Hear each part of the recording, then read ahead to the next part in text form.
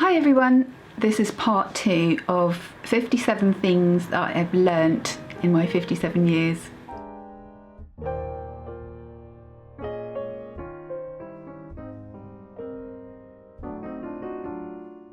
Number 32. It's good to reevaluate your priorities every now and then because you might be unintentionally or by default doing something that's no longer important to you. Don't try to rescue people. They might not want to be rescued. Make something beautiful every day, even if it's your bed. Just your bed. I've totally nicked that from something else that I'll link here. If everything else goes wrong in the day, you can come home to a bed that's beautifully made, that you made, so that's good for your self-esteem. I tend to do last thing at night, clear up the kitchen, and then when I wake up in the morning, I've created a beautiful kitchen. Make sure you have time to think purposefully. And if you find yourself ruminating, go for that walk. Chocolate is the answer to a lot of things. Or a cup of tea. Or a cup of coffee. Marriage will not solve your problems. I'm pretty sure I knew this before I got married. It wasn't something I discovered afterwards. Although I was quite young, I think I went in with my eyes wide open. But we had a lodger once who actually said to me, I know God is going to solve my problems by providing a husband for me. So I immediately said, well, hang on a minute, you've got one person with your set of problems, and then you have the other person with their set of problems. You're just going to have twice as many to deal with. And her reply was, just because you're disillusioned with marriage. To which I replied, well, you can't be disillusioned unless you have illusions in the first place. I'd just like to qualify that by saying, although you have twice as many problems, you've also got twice the skill set and twice the problem-solving resources, so it all kind of balances out. Let's refer back to number 16. Having kids is hard work, but very rewarding. It's okay to be introvert. I've only just learnt that recently, actually. Depression doesn't come from nowhere. Learn what causes it in your life. You might need some help, or just read up about it. There are so many amazing new resources available about neuroscience and the mechanics of your brain. You can definitely figure things out and keep it at bay and prevent it. People are more important than things.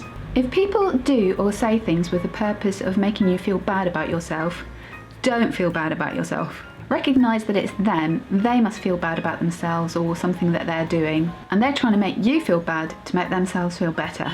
Or they just completely lack empathy. Remember, you're okay. Learn to drive. It's very freeing. What kind of car you drive does not matter. If it can get you from A to B, that's the important thing. But an important thing is to make sure you choose your favourite colour, like orange. For the regular stuff in your life, like food and your living space, work out a routine that kind of fits in with your culture.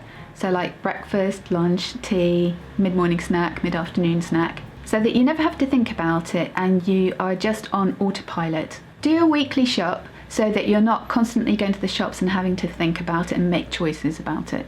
The same goes for your living space. Have particular times of the day that you tidy up certain areas, maybe particular times of the week that you clean up certain areas or do the laundry. I don't think I've mastered it, but I think that could be because of the next thing, which I live by all the time, which is be flexible and spontaneous. It might depend on your personality, but for me, being flexible and spontaneous is less stressful. And sometimes it's more stressful if it contravenes number 35, which is why I get up first thing in the morning to do my thinking, and then that's an unnegotiable time. Trust your gut and don't second guess yourself. It's not actually your gut, it's an accumulation of all your experience and knowledge that you've built up. It's all stored there in your brain and it comes to the fore instantly, almost like you haven't had to process it at all.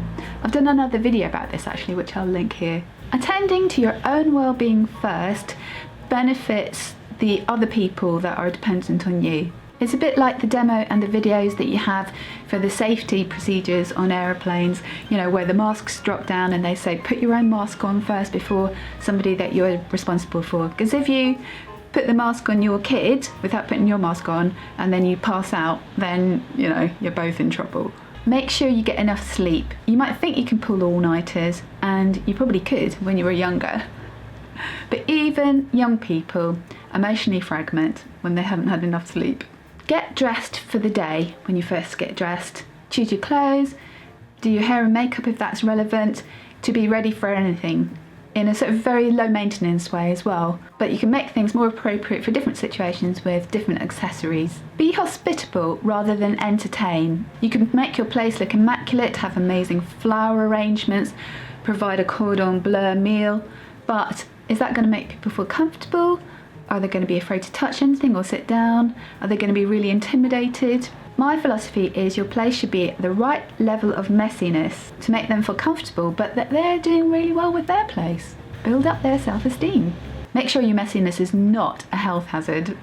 Herbs and spices are the key to versatility in cooking. You can learn a few basic recipes, but create multiple variations by adding different flavours. It's not about winning or losing. If one way doesn't work out, another way will open up. Figure out your why, and your what will come with more passion and purpose. Bake a cake on your birthday and share it with friends and family, or buy a bunch of cakes and take them into work. I hope you've enjoyed my 57 things I've learnt in my 57 years. See you next time.